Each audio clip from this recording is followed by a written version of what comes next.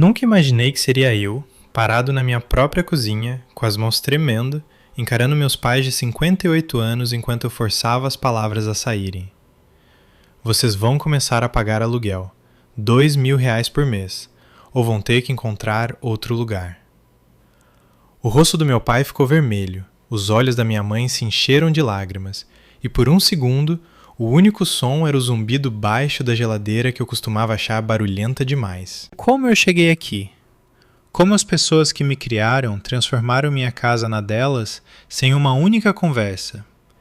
E a parte mais assustadora: e se eu fosse um monstro por finalmente dizer chega? Vou voltar um pouco, porque nada disso aconteceu da noite para o dia. Eu tenho 32 anos, sou solteiro, e pela primeira vez na minha vida adulta eu realmente tinha minha vida organizada. Eu comprei essa casa de 3 quartos 2 anos atrás, depois de me matar de trabalhar em um emprego em tecnologia que me permite trabalhar de casa. Não era enorme, mas era minha. Manhãs tranquilas com café na varanda dos fundos, meu escritório em casa montado exatamente do jeito que eu gostava, com 2 monitores e aquela cadeira ergonômica chique que eu me dei de presente, sem colegas de quarto, sem barulho, só o tipo de paz que você sonha quando é mais novo e dorme no sofá dos amigos. Eu amava aquilo. Eu precisava daquilo. 3 meses atrás, meu telefone tocou enquanto eu estava no meio de um prazo apertado. Era a mamãe. A voz dela estava toda alegre e animada, do jeito que fica quando ela está tentando vender alguma coisa. Filho, seu pai e eu finalmente conseguimos. Vendemos a casa. Ela continuou falando sobre como estavam reduzindo o tamanho, como o mercado estava perfeito, como tinha encontrado esse apartamento fofo em um condomínio com piscina comunitária e tudo. Eu fiquei genuinamente feliz por eles. A casa deles era a mesma onde eu cresci. Aqui tinha o 3º degrau rangendo e o quintal onde aprendi a andar de bicicleta. Era a hora.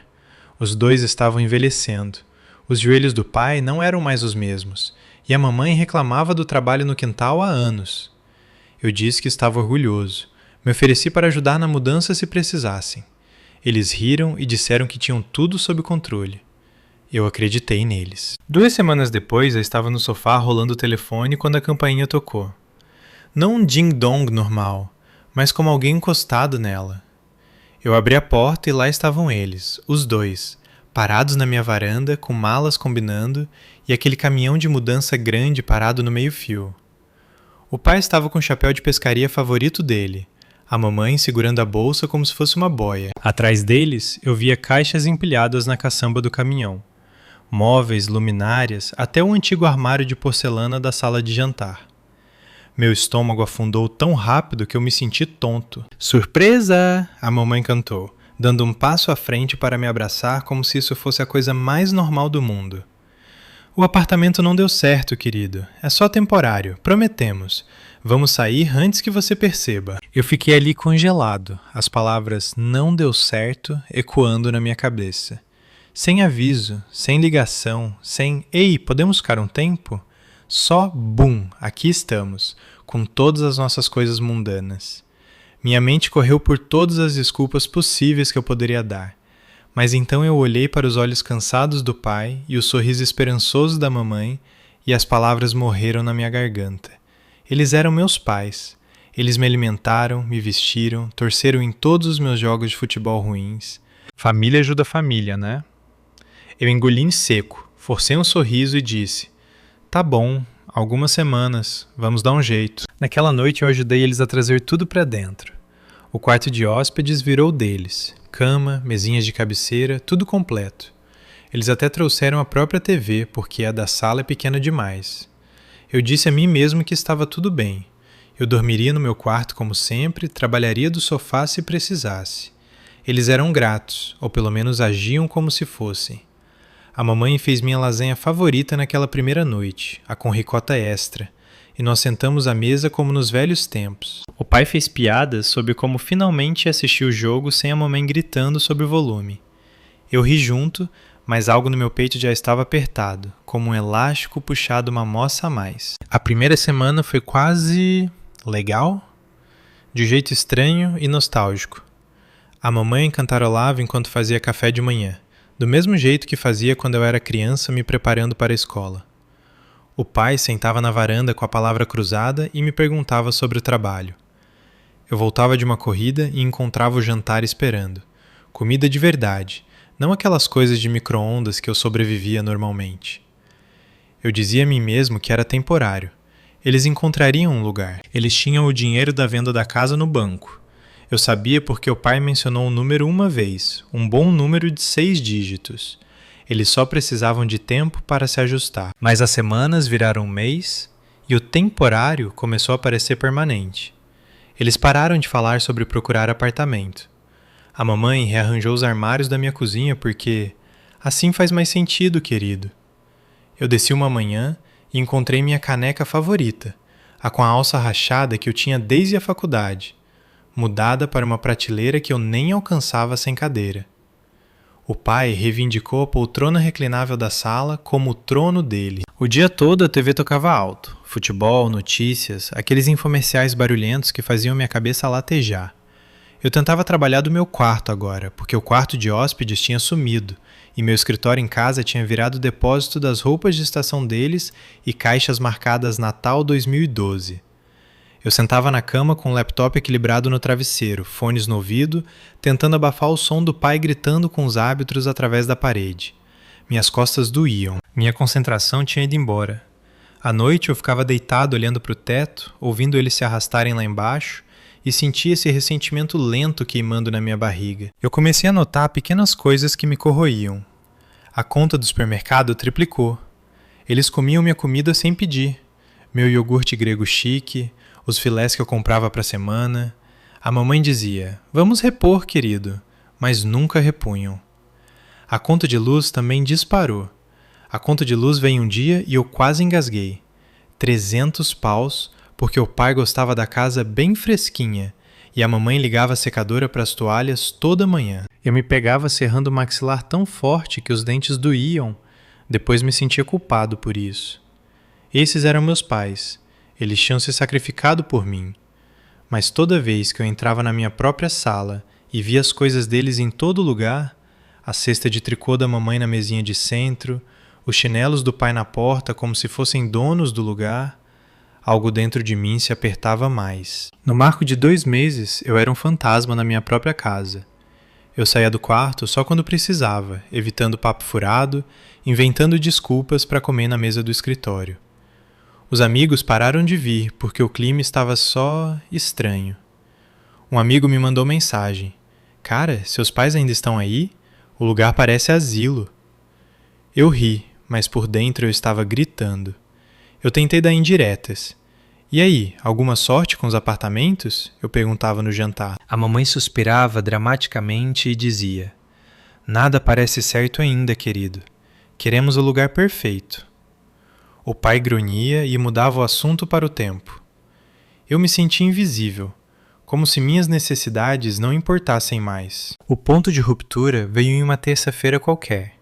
Eu tinha tido o pior dia no trabalho, reuniões seguidas, um prazo de projeto me sufocando, e só queria desabar no sofá com uma cerveja e silêncio. Em vez disso, eu entrei e encontrei a mamãe e o pai na cozinha, discutindo onde pendurar um novo calendário que tinham comprado. O calendário deles, na minha parede. O ar cheirava ao assado que eles tinham cozinhado no meu forno, usando minhas compras, e de repente todos os meses de frustração engolida explodiram no meu peito. Minhas mãos começaram a tremer. Eu sentia meu rosto esquentando.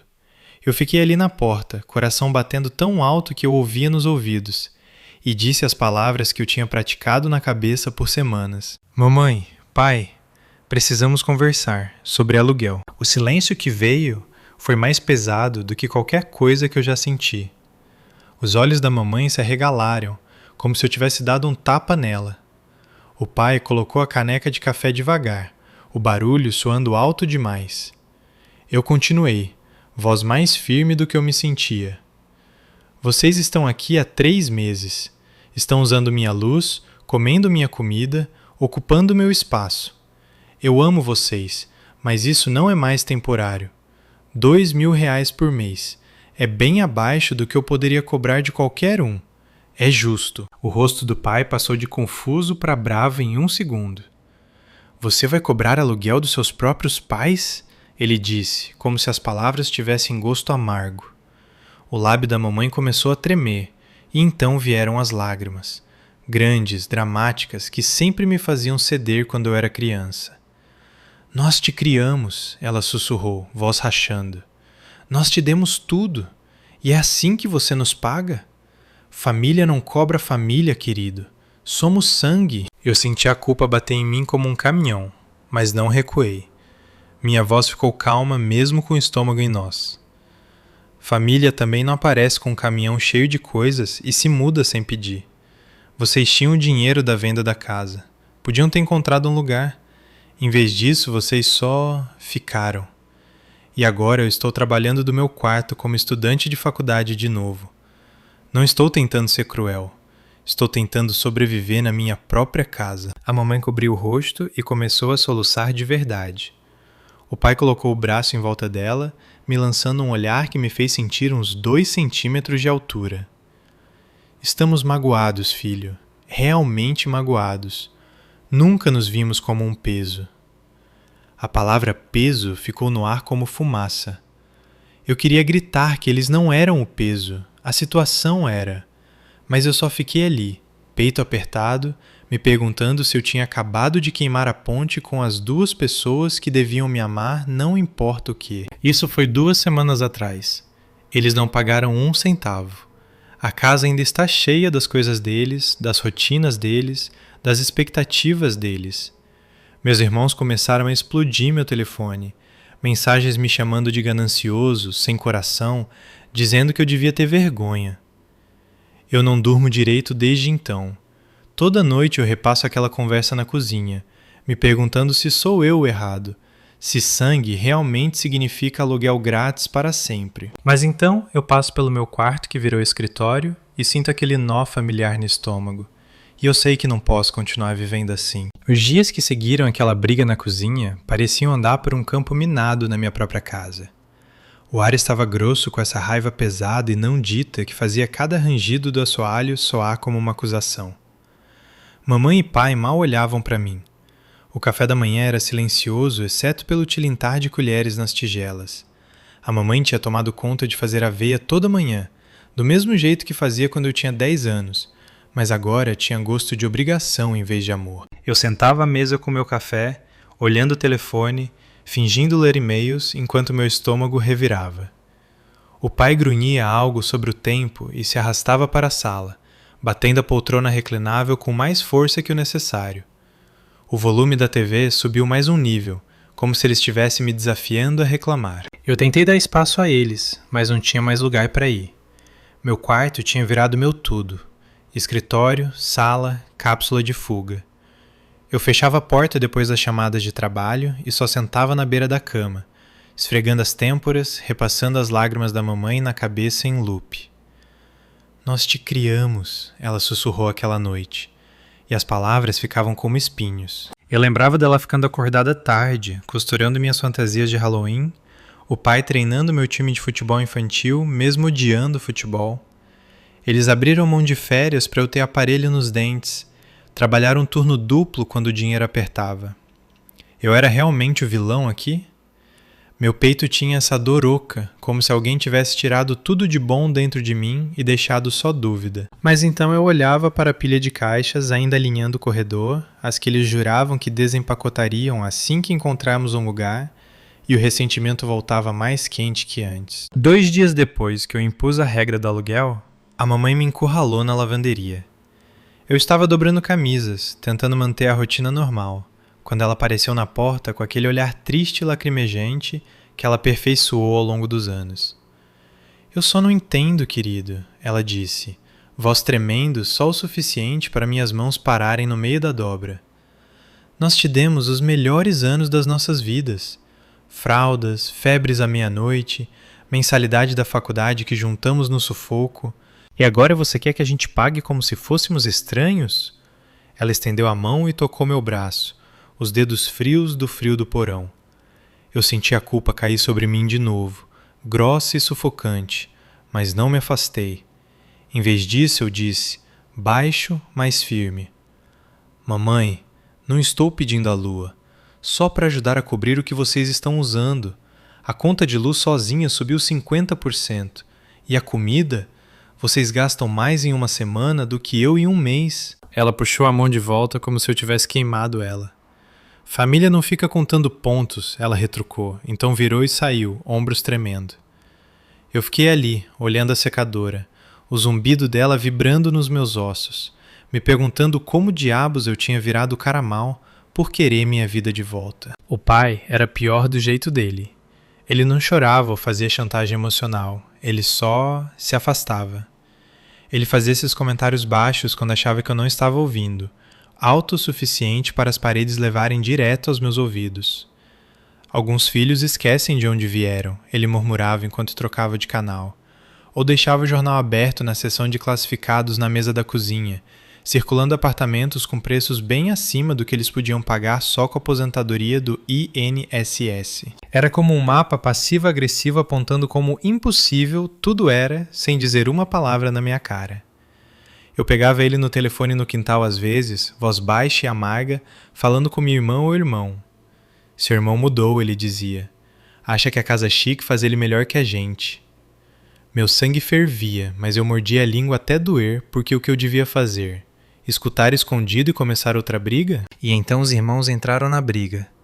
Minha irmã mais velha, a Raquel, me ligou à meia-noite na primeira semana, voz afiada o suficiente para cortar vidro. Que diabos há de errado com você? Ela sibilou. Eu estava deitado na cama, olhando o ventilador de teto girando círculos preguiçosos.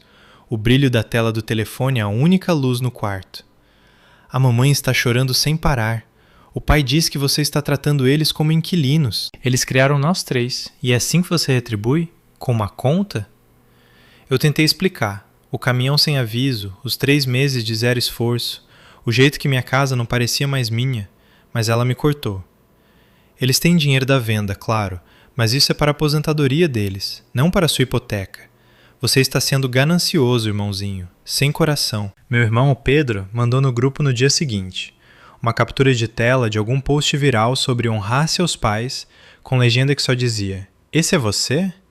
O grupo familiar explodiu depois disso, acusações voando, velhas mágoas ressurgindo como se estivessem esperando exatamente por esse momento. Eu mutei o chat, mas o dano estava feito. Eu me senti isolado, como ovelha negra na minha própria história, aquela que todo mundo sussurrava nas festas de fim de ano. As noites eram o pior. Eu ficava deitado depois que todo mundo ia dormir, a casa finalmente quieta, exceto pelo rangido ocasional do quarto deles no corredor. Eu rolava as listagens de aluguel no laptop, coração acelerado com essa esperança frenética de que talvez eles realmente olhassem se eu mandasse opções. Uma noite, eu encontrei um perfeito de um quarto a 10 minutos dali, andar térreo, aceita animais mesmo eles não tendo. Eu imprimi, deixei no balcão com um bilhete. Esse parece legal. O que acham? Na manhã seguinte estava no lixo, amassado como se nunca tivesse existido. A mamãe me viu notar e só deu de ombros. Nada parece certo ainda, ela disse de novo. Mesma frase de sempre, mas dessa vez os olhos dela me desafiavam a insistir. Eu senti o maxilar travar tão forte que pensei que ia quebrar um dente. Parte de mim queria gritar, arrastar as malas deles para o meio-fio e trocar as fechaduras ali mesmo. Mas a outra parte, a criança que ainda queria a aprovação deles, ficava sussurrando que sangue é mais grosso que metragem quadrada, que expulsar eles me faria o monstro que minha família já achava que eu era. O trabalho também começou a sofrer. Eu desligava durante reuniões, olhando a luzinha da câmera do laptop enquanto meu chefe falava sobre prazos, minha mente repassando o rosto do pai quando eu disse a palavra aluguel. Minhas avaliações de desempenho caíram pela primeira vez em anos. Amigos mandavam menos mensagens, um até brincou que meu lugar tinha virado hotel dos pais, e talvez eu devesse cobrar extra pela viagem de culpa. Eu ria no grupo, mas por dentro eu estava desmoronando. Toda vez que eu sentia o cheiro do café da mamãe fervendo, ou ouvia a trilha de risadas do pai na sala, parecia outro tijolo na parede me fechando. Minha casa, a que eu tinha pintado, mobiliado, feito minha, estava encolhendo ao meu redor, virando essa panela de pressão de ressentimento, amor e medo, tudo misturado. Eu continuava esperando eles cederem, finalmente dizerem: "Você tem razão, vamos pagar e começar a arrumar as malas." Mas 2 semanas depois, nada. O dinheiro da venda da casa ficava intocado na conta deles. Eu sabia porque a mamãe tinha deixado acidentalmente um extrato do banco no balcão um dia, o saldo em negrito e tentador. Eles podiam pagar aluguel por anos e ainda sobrar bastante. Em vez disso, eles se entrincheiravam mais fundo, rearranjando mais as minhas coisas como se estivessem se instalando para sempre. Eu fiquei na cozinha uma noite, vendo o pôr do sol pintar as paredes de laranja pela janela que eles insistiram em deixar as persianas abertas, e senti essa onda de exaustão tão profunda que meus joelhos fraquejaram. Eu estava realmente fazendo a coisa certa? Ou tinha trocado minha paz por uma briga que não podia ganhar? Na manhã seguinte, bateu como um trem de carga. Eu acordei com o som de gavetas batendo lá embaixo. Alto, deliberado, o tipo de barulho que grita: estamos fazendo um ponto. Meu coração pulou na garganta antes mesmo dos olhos abrirem. Eu fiquei ali um segundo, olhando as rachaduras do teto que eu tinha memorizado nos últimos 3 meses, e senti aquela mistura familiar de pavor e desafio torcendo no estômago. Parte de mim queria puxar as cobertas sobre a cabeça e fingir que nada estava acontecendo. A outra parte, a exausta, encurralada, sabia que eu tinha que encarar.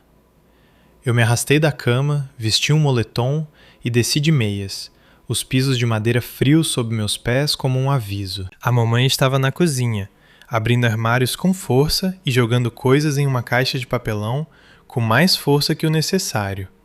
Latas de sopa, caixas de macarrão, até o pote meio vazio da minha manteiga de amendoim favorita. O pai sentava à mesa, braços cruzados, olhando para a parede como se desafiasse ela a argumentar. O ar cheirava torrada queimada e tensão, grosso o suficiente para engasgar. O que está acontecendo? Eu perguntei, voz rouca de sono e tudo não dito. A mamãe nem virou de primeira. Quando virou, os olhos estavam vermelhos, mas tinha aço neles também. Não vamos ficar onde não somos queridos, querido, ela disse, a palavra querido pingando sarcasmo. Vamos pegar um hotel hoje à noite, resolver de lá. Não queremos ser um peso para nosso próprio filho. Ela fechou a caixa com força, a fita adesiva guinchando enquanto selava. O pai só assentiu uma vez, lento e pesado, como se assinasse um funeral. Meu peito apertou tanto que pensei que as costelas iam quebrar. Era isso, a bomba de culpa que eu esperava. Eles estavam armando a saída, fazendo questão que eu sentisse cada grama. Eu vi as malas perto da porta da frente já meio arrumadas, as roupas deles saindo como acusações. Eu fiquei ali, descalço na minha própria cozinha, e por uma fração de segundo quase cedi. As palavras "esquece o aluguel, fica" estavam na ponta da língua, queimando como ácido. Mas então eu lembrei dos últimos 90 dias. Meu escritório enterrado sob os casacos de inverno deles, a conta de luz que me fez lacrimejar, o jeito que eu tinha começado a trancar a porta do quarto só para ter 5 minutos de privacidade. Mamãe, pai, não é isso que eu estou dizendo. Eu consegui, voz rachando apesar de tudo. Não estou expulsando vocês. Estou pedindo para contribuírem. R$2.000. Isso é menos que um apartamento barato custaria para vocês de qualquer jeito. Vocês têm o dinheiro da casa. O pai me cortou com uma risada que não era engraçada nem um pouco. A casa que vendemos para nos aposentarmos em paz? Aquele dinheiro? Você quer que a gente entregue para você como algum tipo de senhorio? Ele se levantou, cadeira raspando alto no azulejo, e pela primeira vez na vida eu vi ele me olhando como um estranho. Nós limpamos seu nariz, te ensinamos a dirigir, sentamos em todos os seus jogos de futebol mesmo quando você era ruim. E agora você está contando centavos? Família não faz isso, filho. A sala girou um pouco. Eu senti o calor subindo no rosto, essa vergonha quente e pinicante, misturada com raiva que fez minhas mãos fecharem em punhos ao lado do corpo. Eu queria gritar que família também não embosca você com um caminhão de mudança e transforma seu santuário em lar de aposentadoria sem pedir. Mas em vez disso, eu só fiquei ali, engolindo tudo, o nó na garganta crescendo a cada segundo. A mamãe começou a chorar de novo, quieto dessa vez, do tipo que vem de fundo, e bateu mais forte que os soluços altos de antes. Ela parecia tão pequena de repente, parada na minha cozinha que costumava parecer casa, segurando aquela caixa como se fosse tudo o que restava. Eu passei o resto do dia no meu quarto, porta fechada, laptop aberto para nada além de tela em branco. Minha mente corria por todas as memórias que eu podia agarrar, como folheando um álbum antigo que doía tocar. Tinha vez que o pai trabalhou hora extra por 6 meses para eu ir naquela viagem de formatura para o Rio de Janeiro. A mamãe assando biscoitos para o time inteiro de futebol depois que perdemos o campeonato, me dizendo que estava tudo bem perder às vezes. Eles estiveram lá no meu primeiro término, no susto de eu largar a faculdade, na vez que eu destruí o primeiro carro e achei que minha vida tinha acabado. Como eu podia olhar nos olhos deles e dizer que a presença deles aqui estava custando minha sanidade? Mas então eu olhava o relógio e percebia que já era meio-dia, e eu não tinha comido porque a cozinha parecia território inimigo agora. Meu telefone vibrava sem parar. A Raquel mandando parágrafos sobre como eu estava destruindo a família. O Pedro enviando memes sobre filhos ingratos. Até minha tia se envolveu, deixando um voicemail que fez meu estômago afundar. Nunca pensei que você seria o tipo de virar as costas para o sangue, querido. No fim da tarde, a casa estava mais quieta do que nos últimos meses. Quieta demais. A mamãe e o pai tinham levado as caixas para o quarto de hóspedes e fechado a porta. Eu ouvia o murmúrio baixo das vozes deles através da parede, mas não conseguia distinguir as palavras. Eu sentei na cama, joelhos puxados, e senti essa solidão esmagadora se instalar sobre mim como um cobertor encharcado em água gelada. Eu sempre me via como filho bom, o que aparecia nas festas, ligava aos domingos, ajudava com o tech quando o computador deles quebrava. Agora eu era o vilão na história deles, o ganancioso de 32 anos que valorizava a metragem quadrada mais que família. Meus olhos ardiam, mas eu não chorei. Só fiquei ali, repassando aquele pôr do sol na cozinha, me perguntando se ficar firme ia custar tudo o que importava. Os próximos dias viraram um limbo estranho. Eles não foram para o hotel, afinal. Algo sobre não querer gastar dinheiro com a teimosia do próprio filho. Mas o tratamento de silêncio aumentou. A mamãe cozinhava refeições, mas só punha a mesa para 2. O pai assistia TV com volume baixo agora, como se tentasse apagar sua presença enquanto ainda ocupava espaço. Eu descia para pegar água à meia-noite e encontrava os dois na sala, cabeças juntas sobre os telefones, provavelmente rolando apartamentos que não tinham intenção de ligar. O ressentimento que eu sentia começou a se misturar com essa tristeza profunda e dolorosa que me mantinha acordado à noite. Eu sentia falta deles, os verdadeiros, não essa versão que tinha transformado minha casa em campo de batalha. Eu sentia falta das risadas fáceis, do jeito que a mamãe bagunçava meu cabelo quando passava, das piadas ruins de pai, do pai que de algum jeito sempre acertavam. Eu até tentei uma última bandeira branca. Eu imprimi 3 listagens sólidas de apartamentos, com aluguel razoável, perto dos médicos deles, tudo o que eles tinham dito que queriam. E deslizei por baixo da porta deles com um bilhete que só dizia: "Eu amo vocês. Vamos resolver isso juntos." Sem resposta. Nem uma palavra. Em vez disso, na manhã seguinte eu encontrei os papéis rasgados no lixo, misturados com borra de café, como se estivessem tentando enterrar a evidência. Aquele papel rasgado parecia meu coração. Rasgado e descartado. Eu fiquei sobre a lixeira, mãos apertando o balcão até os nós dos dedos ficarem brancos. E pela primeira vez, eu me permiti pensar no impensável. Talvez eu precisasse falar com um advogado, só para saber minhas opções.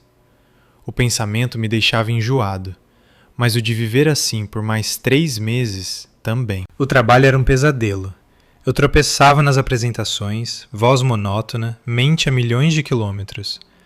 Meu chefe me puxou de lado depois de uma reunião, perguntando se tudo estava bem em casa. Eu menti e disse que sim, mas por dentro eu estava gritando.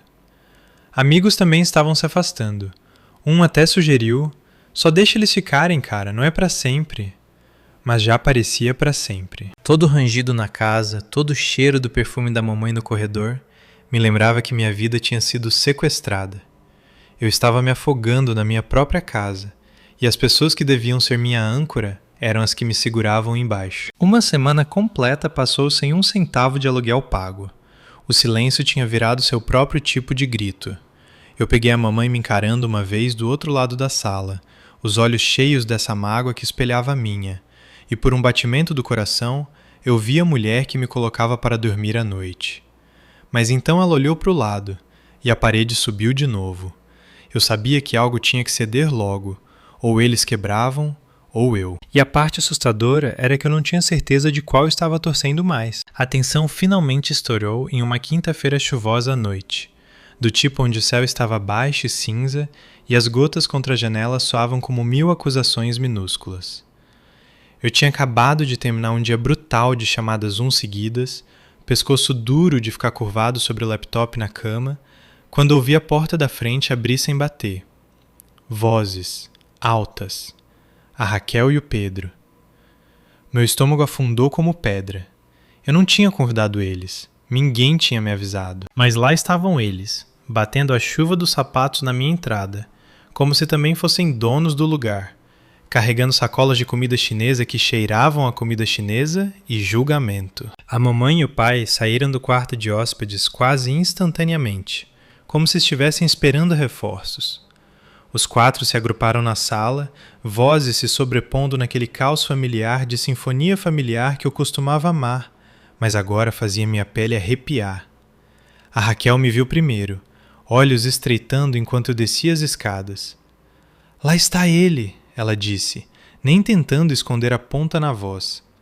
O cara que está expulsando os próprios pais. O Pedro só balançou a cabeça, braços cruzados, olhando para todo lugar menos para mim. O pai afundou na poltrona reclinável, minha poltrona reclinável, e a mamãe se empoleirou no braço como se precisasse de apoio. A sala parecia menor que nunca, o ar grosso com cheiro de molho de soja, casacos molhados e décadas de coisas não resolvidas. Eu fiquei no pé da escada, coração batendo tão forte que parecia tentar sair do peito a socos. Minhas mãos estavam suadas, boca seca, mas eu não corri de volta para cima, não dessa vez. O que é isso? Eu perguntei, mantendo a voz firme mesmo com tudo dentro de mim gritando. A Raquel colocou a comida para a viagem com um baque. Estamos aqui porque você não escuta a razão. Mamãe e pai nos contaram tudo. Você está realmente fazendo eles pagarem aluguel? Depois de tudo o que fizeram por você? As palavras dela acertaram como socos, cada uma no lugar que doía mais. Eu senti a velha culpa de infância voltar. As noites que eu saí escondido, os empréstimos da faculdade que eles coassinaram, a vigília no hospital quando eu tirei o apêndice e o pai dormiu naquela cadeira de plástico por 3 dias seguidos. Mas eu não vacilei. Eu entrei na sala, o carpete macio sob meus pés descalços e olhei cada um nos olhos. Tudo o que eles fizeram? Sim, eu lembro. Eu lembro do caminhão aparecendo sem aviso nenhum. Eu lembro de 3 meses do meu escritório desaparecendo, minha cozinha sendo rearranjada, minhas contas triplicando enquanto eles procuram um lugar que de algum jeito nunca se materializa. Minha voz subiu, crua e instável, mas era bom finalmente soltar. Eu amo vocês, amo mesmo, mas amor não significa que eu entrego minha vida como se fosse alguma herança. Vocês venderam a casa por um motivo, vocês têm o dinheiro.